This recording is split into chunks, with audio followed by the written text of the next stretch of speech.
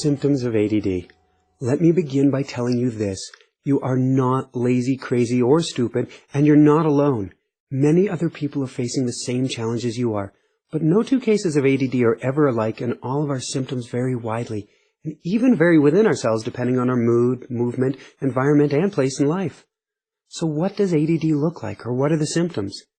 Picture this. Set up 20 radios in your living room, tune them each into a different station, and now blare them all at once. Can you concentrate? Can you focus? Do you know what to follow and what to tune out? That's often the ADD mind. Or picture this. You slept through your alarm, you're late for class, and you can't find your keys.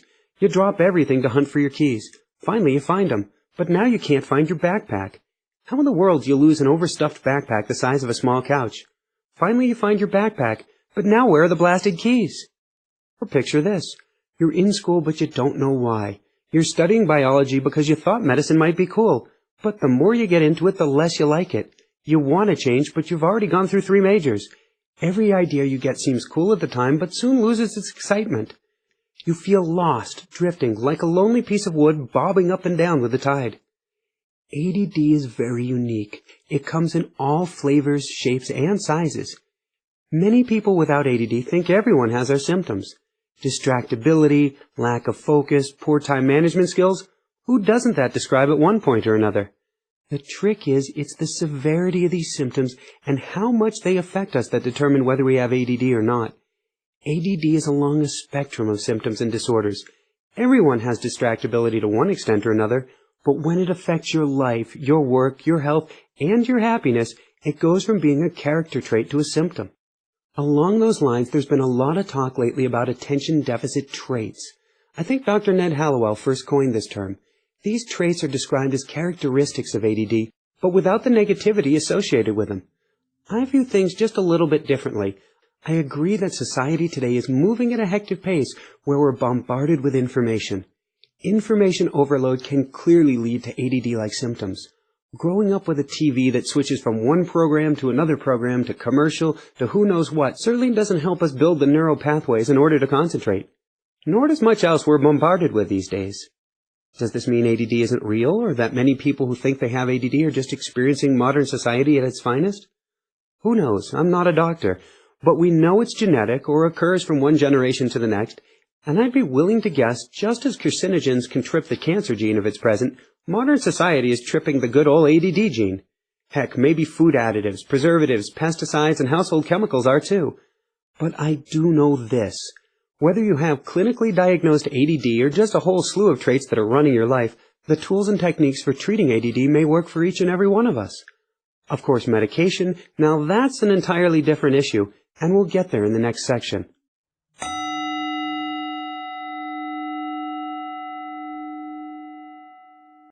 ADD symptoms. So what are the general symptoms of ADD in college students today? Here are some common traits for ADD students and challenges in college. Difficulty sustaining attention. Difficulty paying attention to detail. You might be able to focus on the big picture, but in the little picture, the devil really is in the details. We lose things often, particularly keys, supplies, and important papers. We're easily distracted. We forget to do things. We have difficulty with our short-term memory. We react impulsively or impatiently. We might blurt out, pick me, or just blurt out answers and not wait our turn. We have very poor planning and time management skills.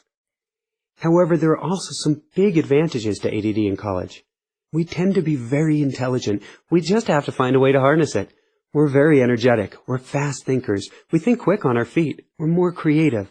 We can hyper-focus and get a lot of work done in a very specific area in a super short period of time.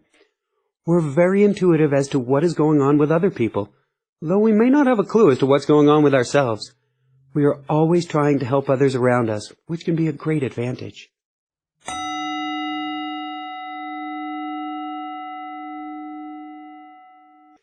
Here's how I see ADD. Basically, we don't have enough neurotransmitter activity to stimulate or wake up our brains, which might explain our affinity to sleep late, among other things. Either our brains aren't producing enough of these stimulant-type chemicals, or it's being reabsorbed by the body too quickly and not being used. Either way, our brains aren't getting enough of the stimulant they need to focus and function properly. Ever seen a coffee addict before they get their first cup in the morning? That's what our minds are like. It's as if we're the Energizer Bunny with half-dead batteries. We need to stimulate our brain in order to wake them up and to function properly. That's why many students are constantly clicking pens, tapping their feet, or pacing. What we're trying to do is stimulate our brains enough to focus. This is also why telling us to stop it and pay attention is exactly the opposite of what we need. We are trying to focus and pay attention. Without enough stimulant activity in our brains, we're like drowning victims, grabbing at anything and everything around us. That's why we can't focus. We're grabbing at 10 different things at once in order to wake up our minds.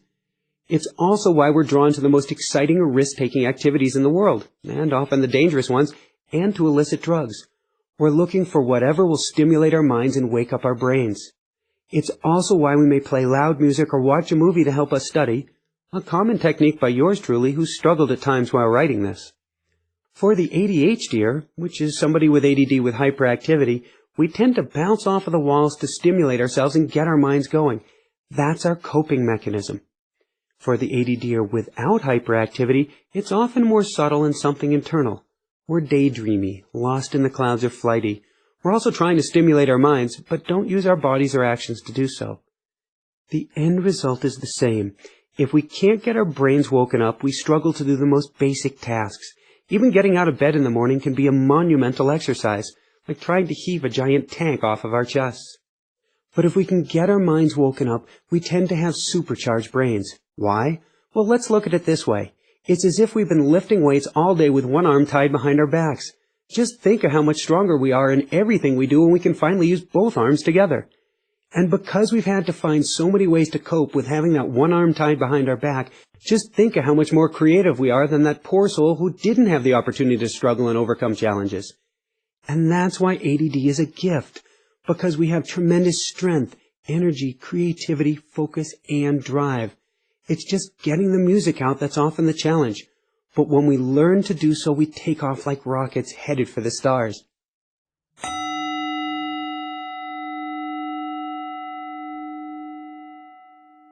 ADD in college. ADD manifests itself most readily in college in several key ways. We have difficulty sustaining attention or paying attention, particularly in class and with boring subjects. However, the more interesting the topic to us, the more stimulated our brains become, the more we're able to focus and even hyperfocus, or kicking our minds into high gear. We have difficulty paying attention to details such as in proofreading, formulas, and error checking. Often we can focus on the big picture, but in the little picture, the devil really is in the details. Try as we might, we tend to make careless errors on math and science exams. We lose things often, particularly keys, supplies, important papers. This tends to be a vicious cycle too. The more we're stressed or distracted, the more we lose things, and the more we lose things, the more stressed or distracted we become, making it even easier to lose things. We're very easily distracted. We forget what to do, even the important things. Despite alarms, reminders, and flags hitting us in the face, we often appear to have early onset senility, forgetting names, dates, appointments, and ideas from one instant to the next. For myself, it's quite common to run to my kitchen or bedroom for something, only to completely forget what I wanted to get by the time I get there. We react impulsively or impatiently. We might blurt out, pick me, or just blurt out answers and not wait our turn. We have very poor planning and time management. Try as we might, we can't budget our time well or determine how long it'll take to do things. We have huge difficulty with multiple step operations. Breaking things down into smaller pieces or figuring out how to do something step by step, such as a complex project, languages, and computer programming, often boggles our brains. Once we get the component pieces, we're fine, but getting there is often a big challenge. We have difficulty reading ourselves. We tend to be hypercritical and perfectionist. This doesn't mean we're straight-A students or need to be, but it means we often feel stuck and unable to get going. We don't know where to begin or how to, or think the direction we're heading in is crap, and so instead we've got no place to go at all. We often feel overwhelmed. At times like this, our brains lock down and we can't even remember our names. This happened in my first accounting quiz. Though I'd tutored other students, once I saw the timer counting down on my computer screen, I froze up, completely bombing the quiz. Our physical environment is often a physical manifestation of our jumbled minds. If our brains feel scrambled with 20 stations playing at once, that's typically what our rooms will look like too. Though we're sharp as tacks, we often make terrible decisions. We're just far too impulsive. We often don't think things through or look at the ramifications. Heck, I just finished my math work. Of course I can go to the party. Whoops, forgot about that chemistry test in the morning. Or the fact I'm on probation for getting caught drunk by security. Uh-oh. We wait until the last minute to get things done. It tends to go beyond procrastination. Since our minds need stimulation in order to get things done, we often don't function well until deadlines are frightfully close. Then our adrenaline kicks in, our minds open up, and we can focus and get things done. We appear thoughtless and unconcerned, which is just the fact that we're stuck thinking about something else. In reality, we often care and empathize more than others. After all, we know what it's like to be hurting and feeling down. Given a choice between A and B, we always choose C.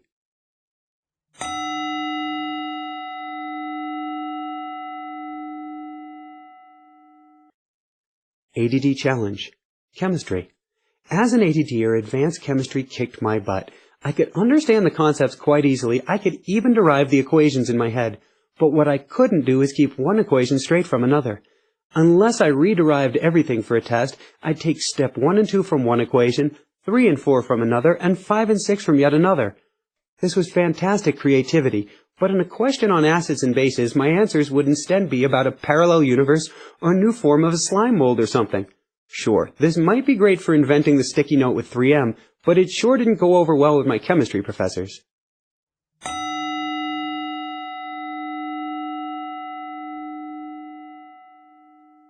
ADD Challenge. The typical ADD pattern in college.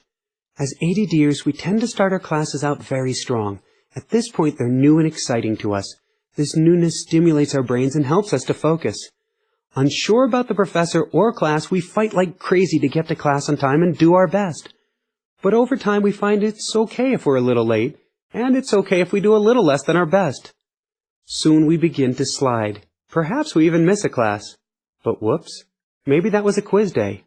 Or maybe a paper was due that day. Embarrassed at the quiz we didn't take or the paper we didn't turn in, we might deliberately skip the next class to save face.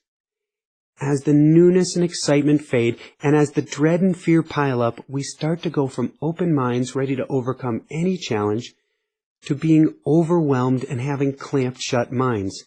Picture a closed clam. We're no longer accepting any input at this point.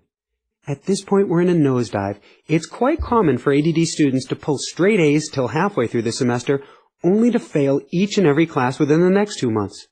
To being overwhelmed and shutting down. At this point, we're in a fatal nosedive.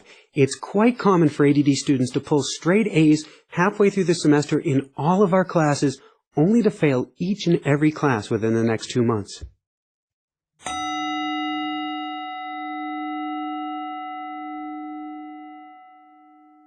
Alright, now that I've scared you with all of the above, if you're still listening to this audiobook, let's look at some of the advantages of ADD. Energy. If we have hyperactivity and we take care of ourselves, we have an almost endless supply of energy. It's rare we're not very intelligent. Once we find ways to open our minds and tap into these gifts, we tend to shine in brilliance. Empathy. If we can find ways to focus on others, we tend to be loved for our empathy and huge hearts. Once we tap into this resource, it's rare we run out of energy to give and help others. Creativity. Many of the world's greatest artists, musicians, philosophers, actors, and inventors had ADD. We are the creative souls in the world, the ones meant to change the world for the better, beautify its existence, and find new and better ways to do just about everything. I like to say we think so far out of the box we can't even see the box. Hyperfocus. Need 10 times the work done in 1/10 the time? Better call an ADDer. If it's interesting and we're stimulating, our hyperfocus allows us to work far beyond that mere mortals are capable of. We can block out all distractions, forget about time, food, energy, or whatever else and perform miracles. We're fast thinkers.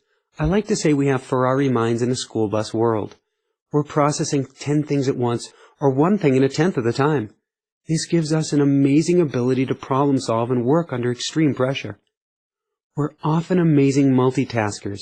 Since our brains must be stimulated in order to focus, we often find it easier to do many things at once rather than only one thing at a time. We're highly intuitive. Maybe it's our fast thinking and ability to see out of the box. but we can often tell what's going to happen next as if we're seeing it before it even happens.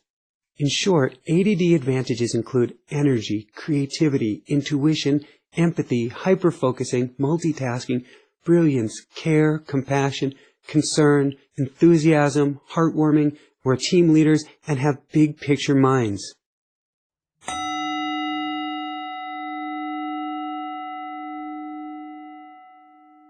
Do what you love, find your passion, and never let go. Many symptoms of ADD go away when we are doing what we love. At times like this, our minds open up, allowing us to bring out the best that's within. We can focus, concentrate, see many steps ahead. Our intuition or gut kicks in, and as if we're in the zone and can do no wrong.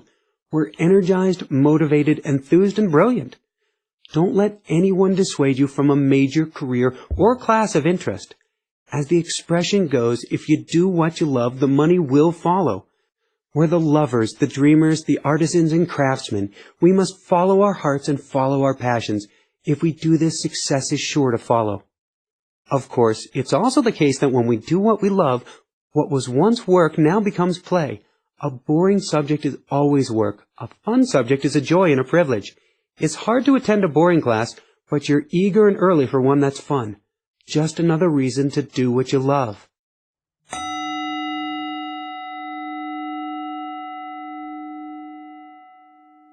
I'm sure you can see many of the positive and negative traits in yourself. Don't sweat the negatives. That's what this audiobook is for, and we'll work on them together. They can each be overcome with the tools and techniques in this audiobook. And the great news is that once you learn how to overcome these challenges and manage your ADD in college, you're likely to become a tremendous success. It really is a gift in disguise, one for which you'll thank yourself for in the long run.